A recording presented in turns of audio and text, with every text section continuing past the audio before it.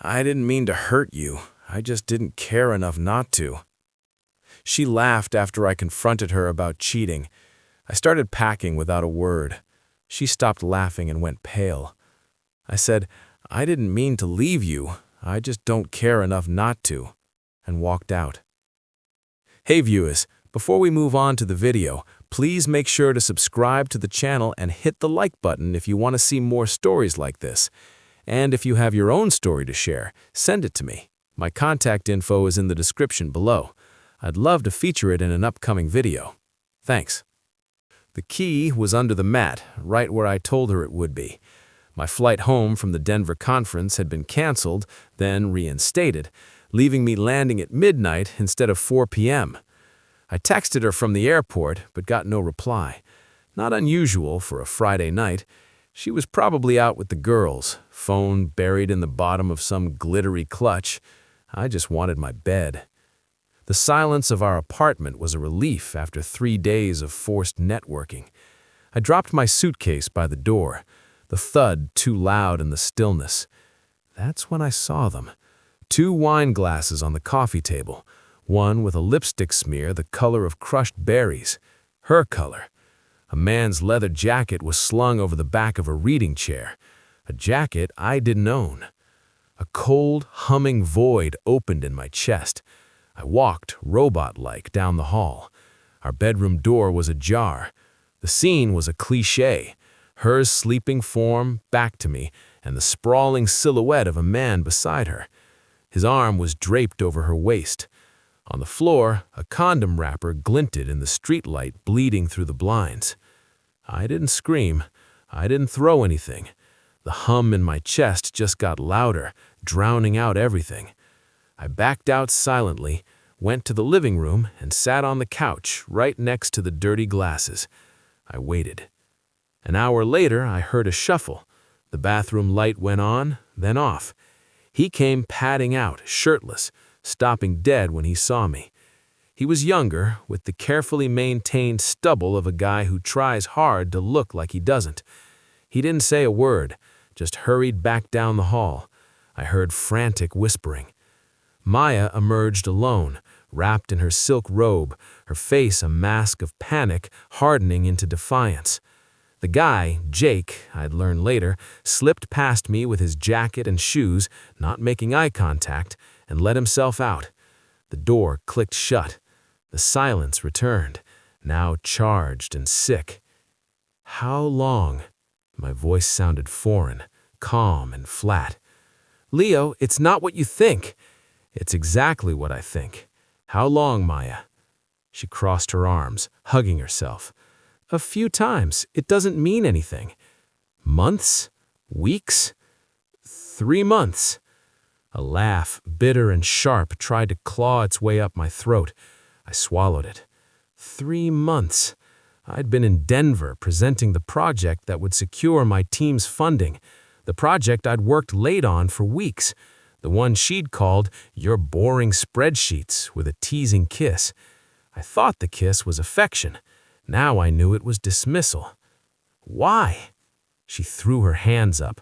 "Why? Because you're here, but you're not here. You're always in your head with your work, with your quietness. Jake is present. He's exciting." "So this is my fault?" "I didn't say that. God, you always do this, twist things to make me the villain." She paced, the robe fluttering. "It just happened. I didn't plan it." I just watched her. I saw the girl I'd moved cities for, the woman whose father I'd driven to chemotherapy every week for a month, the person I'd imagined a future with dissolving before me into a stranger performing an old, tired script. "Do you love him?" "What? No. It's different." "Do you want to be with him?" "I don't know. Maybe. It's new. I need to figure it out." I nodded slowly. The hum was crystallizing into a single, clear note. "Okay? Okay? What's okay?" She looked confused, like I'd skipped a page in the argument she'd rehearsed. "You should figure it out." I stood up and walked toward our bedroom. The bedroom. "Where are you going?" Her voice sharpened, chasing me. I didn't answer. I went to the closet and pulled out my old duffel bag from the top shelf. Then I went to my dresser. Socks, boxers, t-shirts, jeans. I packed methodically, not folding anything, just placing them inside. "What are you doing?" She was in the doorway now, her voice rising an octave. I moved past her to the bathroom. Toothbrush, razor, deodorant, the spare contact lens case. I dropped them in the DOP kit. "Stop it," she demanded, following me back into the bedroom. "Stop this right now. Are you seriously packing a bag? You're gonna leave over this?" I unzipped my suitcase from the hallway, the one I'd lived out of for 3 days, and started transferring the contents of the duffel into it. Work clothes, dress shoes, my portfolio. "Leo, talk to me.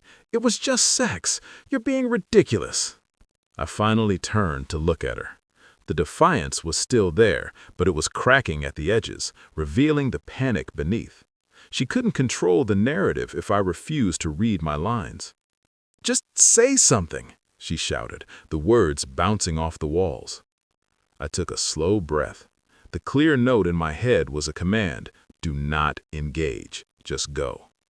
"I need to understand," I said, my voice still that terrible, even calm. "So, you're saying you didn't intend to hurt me?" "No, of course I didn't intend to. God." She let out a frustrated, nervous sound, a half laugh, a scoff. It was meant to diminish me, to frame my pain as an overreaction to her casual transgression. "I didn't mean to hurt you, I just didn't care enough not to." There it was, the core of it, polished and offered up with a shrug. Not malice, but absolute, trivial indifference. My love, my trust, 5 years, they weren't worth the minimal effort of caring enough not to break them. Something settled in me then, final, like a heavy bolt sliding home. I turned back to my suitcase and zipped it shut. The sound was definitive. I picked it up, hefted my laptop bag onto my shoulder, and walked toward the front door. Her confusion had morphed into real fear. She planted herself between me and the door. "Wait, you're actually leaving? Just like that? Where will you go?" I stopped, looking at her, really looking. The woman I loved was gone. This was just the vessel she'd left behind. I saw the pale cast of her skin, the widening of her eyes as she realized I was not performing a tantrum. This was an exit. "I didn't mean to leave you," I said, my voice low and perfectly level, a mirror held up to her own words. "I just don't care enough not to." The last shred of color drained from her face. Her lips parted, but no sound came out. The laugh was gone, the defiance erased. She just looked hollow. I stepped around her, my movement gentle but irrevocable. I opened the door. I did not look back. I stepped into the hallway, pulling the door closed behind me. It didn't slam. It clicked shut with a soft, final sound, like the lid of a box being closed on something that was already dead. The hotel room smelled like citrus-scented cleaner and emptiness. I chose the cheapest one near the airport, a place designed for transients. I sat on the edge of the stiff bed, my suitcase and laptop bag beside me like loyal, silent dogs. The humming in my chest had subsided, replaced by a vast, quiet static. I felt nothing, not anger, not sadness, just a hollow, resonant absence, as if the core of me had been surgically removed and I was left observing the empty cavity. I didn't cry, I just existed. I ordered a club sandwich from room service at 2 a.m. and ate it methodically, tasting nothing. I watched infomercials until the sun came up, the cheerful hosts a bizarre soundtrack to the end of my life as I knew it. In the gray morning light, the memories began to intrude. Not the good ones, those would hurt too much, and my mind seemed to protectively block them. Instead, it offered up a flashback, sharp and unbidden. 2 years ago, Maya, tears streaming down her face, holding the positive test. It wasn't planned, we were scared. I held her, my own heart pounding with a terrifying mix of dread and a strange budding hope. "We'll figure it out," I'd said into her hair, "together." A week later, the miscarriage. She was devastated, a raw nerve of grief. I took 2 weeks off work. I cooked every meal. I held her during the night terrors. I fielded calls from her family. I sat in the bathroom with her while she cried on the floor. When she finally emerged, blinking in the sunlight, she'd squeezed my hand and said, "I don't know what I would have done without you." I had let that sentence cement my identity. Her protector, her foundation, the one who stayed. Now, in the sterile hotel room, the irony was a cold knife. The one who stayed was the one who had been deemed not present. The foundation was something you built upon until you wanted a different view. Then you left it buried without a second thought. The static in my head began to recede, replaced by a cold, operational clarity. Grief was a luxury. This was now a logistical problem. My phone buzzed, a string of notifications from Maya. Where are you? This is insane. Come home so we can talk like adults. Leo, answer me. You're really gonna ghost me after everything? Fine, be a child. I didn't block her, not yet. I opened my banking app. I transferred my half of the last month's bills from our joint account into my personal one. I canceled the automatic payment for our upcoming vacation, the one to Costa Rica I'd been saving for as a surprise for our anniversary. The confirmation email felt like shedding a weight. Then I sent one text. I drafted it 3 times, stripping it of any emotion, any hook she could grab onto. My belongings will be collected from the apartment Tuesday afternoon. Your key will be left with Building Superintendent Lopez. Please have anything you consider yours removed before then. Her reply was instantaneous. What the F, Leo? You're just giving up? You're not even going to fight for us? This is how little I meant to you. I put the phone face down. That was the last text of hers I would ever read. I methodically went through my social media. I untagged myself. I changed my relationship status to single. I unfollowed her, and then, without drama, I blocked her on everything. Instagram, Facebook, Twitter, even Spotify. It wasn't an act of anger. It was hygiene, removing a source of infection. Next, the friends, our mutual circle. I picked 3 I respected the most and sent nearly identical messages. Hey, just a heads up, Maya and I have split up. It was due to infidelity on her part. I don't wish to discuss the details, but I wanted you to hear it from me. I'm taking some space, but I value your friendship. The responses were a mix of shock, support, and awkward sympathy. I thanked them and didn't engage further. I was building a wall, brick by quiet brick. Tuesday came. I hired a task service through an app. 2 polite, indifferent strangers in matching polo shirts packed the rest of my clothes, my books, my records, the set of chef's knives my father gave me. They put it all in storage unit number 317. They left the key with Super Lopez. The entire operation cost me $389. It was the best money I'd ever spent. The next few weeks passed in a strange, peaceful rhythm. I extended my stay at the airport hotel, then found a furnished sublet downtown, a minimalist box with a view of other buildings. I went to work. I did my job. I came home. I started running along the river, the pounding of my feet on the pavement a meditation. The silence in my apartment was no longer empty. It was clean. The first ripple of karma came 3 weeks later via Derek, one of the mutual friends I'd messaged. We met for a beer, his idea. "So," he said, shifting uncomfortably after the first sip, "you've really gone dark, man." "I'm just focusing," I said. "On what?" "On not focusing on the past." He nodded, then leaned in slightly. "Look, I probably shouldn't tell you this, but since you're so calm, things aren't great with Maya." "Jake?" I took a sip. I said nothing. My silence was an invitation for him to continue, not out of curiosity, but because I understood he needed to unload. "He moved him in like a week after you left. Big drama. But the guy, he's a mess. Lost his bartending job, showed up drunk or not at all. I heard from Sarah that he's got a bit of a record. Petty theft, disorderly conduct." I remained quiet. And Maya, she's not the same.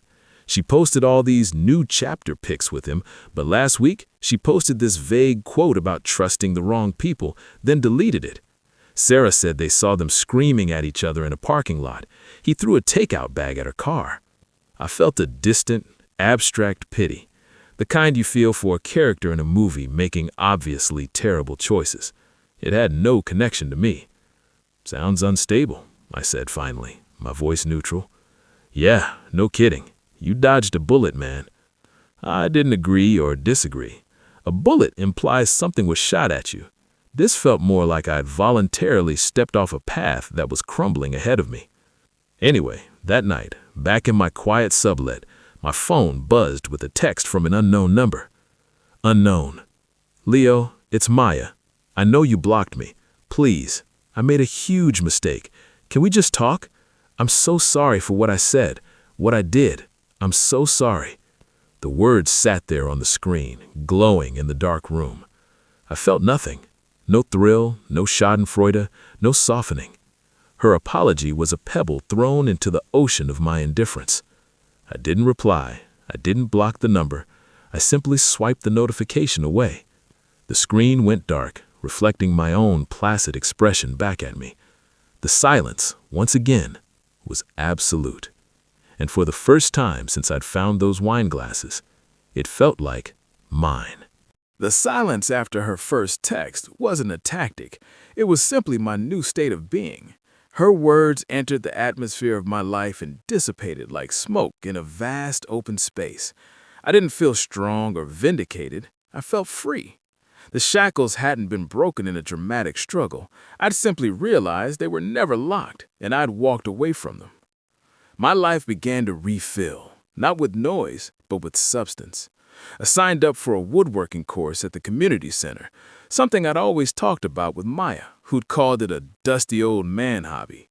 The smell of sawdust and the focus required to make a straight cut were a meditation. I reconnected with Ben, a college friend she deemed too cynical, and we started hiking every Sunday. The conversations were easy, punctuated by comfortable silences as we climbed. I didn't talk about her. He didn't ask. Meanwhile, the world of my past continued to combust without me. The updates came sparingly through the reluctant grapevine of mutual acquaintances who seemed to need to confirm the train wreck. Jake's unraveling was swift and public. A friend of a friend posted a blurry, dramatic video from a downtown bar 2 months after I left. It was Jake, shirtless and screaming, being pinned to the hood of a police cruiser. The caption read, "Dude tried to fight the bouncer, the bartender, and the cops. #yikes. I scrolled past. It was someone else's tragedy. Then came the first flying monkey. It was a call from Lacey, Maya's closest friend, a woman who had always viewed me as a mildly disappointing accessory to Maya's life. "Lacey, hi. God, it's been a while." Her voice was saccharine with false warmth. "Lacey, I was in my workshop, sanding the edge of a maple serving board. Listen, I'm calling as a friend to you both. I know what Maya did was unforgivable." I didn't affirm or deny. I kept sanding. The rhythmic swish, swish was a calming counterpoint to her voice. "But she's really in a bad way. That guy Jake, he was a monster. He maxed out her credit card. He gave her a black eye before he got arrested. She's devastated and alone." Swish, swish. "She's learned her lesson, Leo, a really, really hard one. I think if you just heard her out, it might help her heal. She still loves you, you know. She's just so lost." I put the sander down. The wood was smooth under my fingertips. "I appreciate you reaching out, Lacey," I said, my voice even, "but my decision is final. I hope she finds the support she needs." The subtext was clear, from someone else. There was a long pause. My politeness had disarmed her script. "You're really that cold?" she finally said, the sweetness evaporating.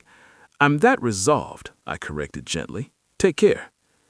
The next attempt was more direct. A voicemail from Maya's sister, Chelsea, a woman whose approval I'd spent years fruitlessly chasing.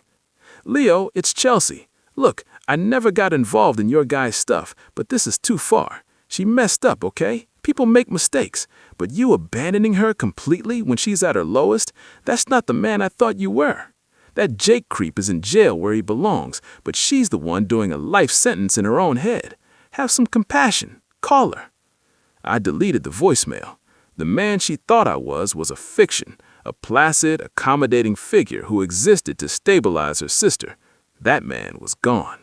The final desperate data point came not through a person, but through the digital haze. Out of morbid curiosity, one slow evening, Ben pulled up Jake's public court records on his laptop. There it was, multiple charges from the bar fight, plus a previous warrant for violating a restraining order from another ex-girlfriend. The man was a pattern, not an anomaly. Maya hadn't traded up for excitement. She jumped from a stable platform onto a known fault line. Then my phone lit up with a local number. I let it go to voicemail. An hour later, I listened. It was Maya, but not the pleading, shattered woman from the texts. This voice was raw, ragged, and crackling with a fury that had finally broken through the victim facade. You know what, Leo? Fine, you win. You're the perfect stoic martyr. I get it. Her words were slurred, either by drink or tears.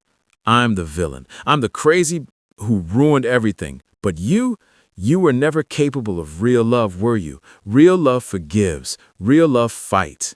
You just leave. You're a ghost. A fucking pleasant, polite ghost. I lost everything. Everything. And you can't even pick up the phone to tell me I got what I deserved. You're a coward. A cold, heartless coward. I'm better off. Do you hear me? I am better off. The message ended with a muffled crash, like something being thrown, then sobbing, then a dial tone. I saved the voicemail, not out of sentiment, but as a reminder. This was the authentic core. Once the performance of remorse failed to get a reaction, this was the anger of a person who believed their consequences should be someone else's responsibility to alleviate. The last vestige of any softness inside me petrified, turning to stone. She had shown me her truth twice now, first in her indifference, then in her rage. I believed her both times. That weekend, I finished the maple serving board. I oiled it, and it glowed, the grain rich and deep. Ben came over, and I grilled steaks. We ate off my new creation. As we sat on my sublet small balcony, the city lights twinkling, a deep, unshakable peace settled over me. The noise from my past was a distant, fading echo. Here, in the quiet present, I was building something real. One straight cut, one calm day at a time. The stage was set. The final act wasn't mine to perform, but I knew, with a certainty that felt like fate, that she would try to drag me back into her play one last time. And I knew, with even greater certainty, that I would have no lines left to speak. 6 months to the day after I walked out, I was waiting for a cortado at the Grind, a coffee shop near my new office. The sublet was gone. I'd leased a modern, airy apartment with a view of the river and space for a proper workshop. The maple board had been the first of many projects. The silence there was my own, filled with the music I chose or the satisfying quiet of creation. Ben was running late, so I'd ordered first, scrolling idly through architectural plans for a custom bookcase on my phone. I was at peace, not the fragile quiet of the hotel room, but a solid, earned tranquility. The bell on the shop door jingled. I glanced up out of habit. It was Maya. She stood frozen just inside the doorway, silhouetted against the gray afternoon light. She looked diminished. The vibrant, careless woman who'd laughed at my pain was gone. This woman was thinner, her shoulders hunched inside a coat that seemed too big. Her eyes, scanning for a seat, landed on me and widened. A kaleidoscope of emotions twisted her features: shock, hope, a frantic calculation, deep shame. I've watched it play out from a distance, as if observing a curious animal. I felt nothing. No pulse spike, no cold flush, just a mild observational interest in what she would do next. She walked toward me. My table was by the window, a small two-top. There was no escape route for her, no ambiguous approach. It was a direct line. "Leo." Her voice was a scrap of sound, rough from disuse or crying. I gave a single, slow nod. "Maya." She flinched at the neutrality. It was worse than hatred. "You look really good." It was true. The running and the woodworking had leaned me out. The constant tension she'd brought into my life had evaporated from my face. I looked rested. "Thank you," I said, as if she complimented a stranger's tie. "Can I Her hand gestured weakly to the empty chair across from me. I'm waiting for a friend. Not a no, not a yes, a simple fact. Just for a second, please. The please was brittle. I inclined my head, a minute concession. She sat, perching on the edge of the chair like a bird ready to flee. Her hands twisted a napkin from the dispenser. She looked at my hands, my face, my coffee cup, anywhere but directly into my eyes, which held only a calm, unblinking focus. I don't even know where to start. She took a shuddering breath. Everything fell apart. Everything. What I said to you that night, it was the worst thing I've ever said to anyone. It wasn't true. I was trying to hurt you because I felt so guilty. I was a coward. I listened. I didn't nod, didn't encourage, didn't interrupt. I was a lake absorbing a pebble. It sank without a ripple. Jake, he was a con man, an abuser. He took money. He hit me. She said this last part quickly, as if testing it as a key to my sympathy. My expression didn't change. He's in jail now, for a long time, I think, and I'm so alone. My friends, they don't get it. Lacey just says, I told you so. Chelsea is sick of my drama. She gave a wet, pathetic laugh. I'm in therapy now, really doing the work. I am.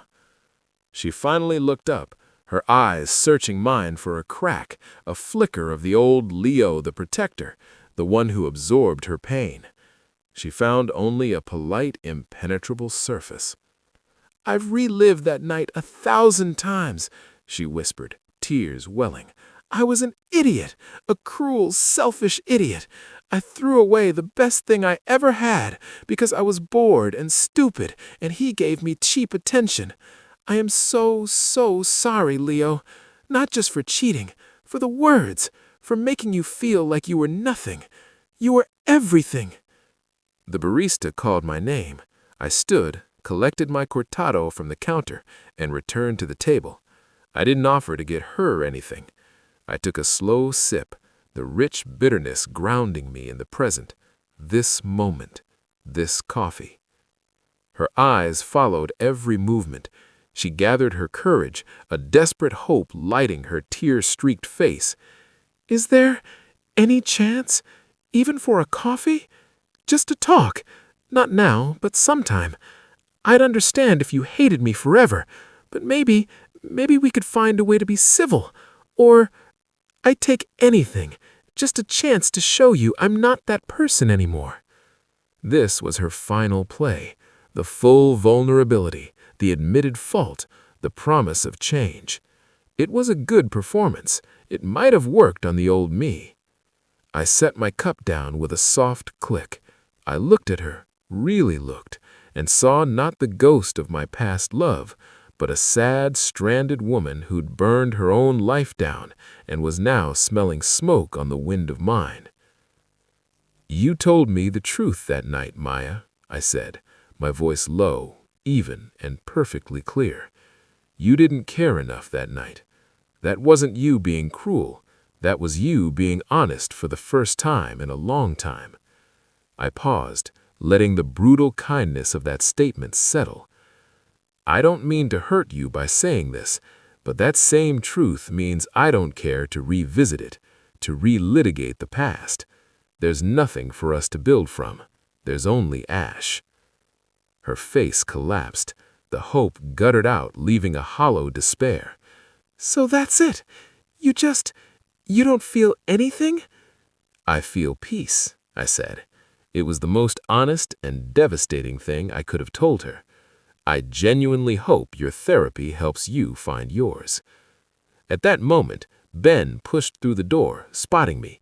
He gave a quick wave, his eyes flicking to Maya with brief neutral recognition before looking back to me, a question in his raised brows. I gave him a small, genuine smile, one she hadn't seen in years, and turned back to her for the last time. My friend is here. I have to go. I stood, picking up my coffee. Take care of yourself, Maya. It was the kiss-off of a stranger, a polite, terminal farewell. I walked to the counter to meet Ben. I heard the scrape of her chair, a choked sound. I didn't turn. Ben clapped me on the shoulder. "You good, man?" "Never better," I said, and I meant it. "Ready to go?" As we walked out into the crisp afternoon, I didn't wonder what she was doing. I didn't feel her stare on my back. I was already gone. Had been for months. The man she was begging for no longer existed. He had walked out one night, and in his place stood someone she would never know. Someone who had built a life, piece by steady piece, on a foundation of quiet dignity, far away from the noise of her consequences. The last thread was cut, not with a shout, but with a quiet, definitive truth. And the silence that followed was finally, completely mine own. Thanks for watching. Make sure to subscribe to the channel and hit the like button. What do you think about this story? Share it in the comments.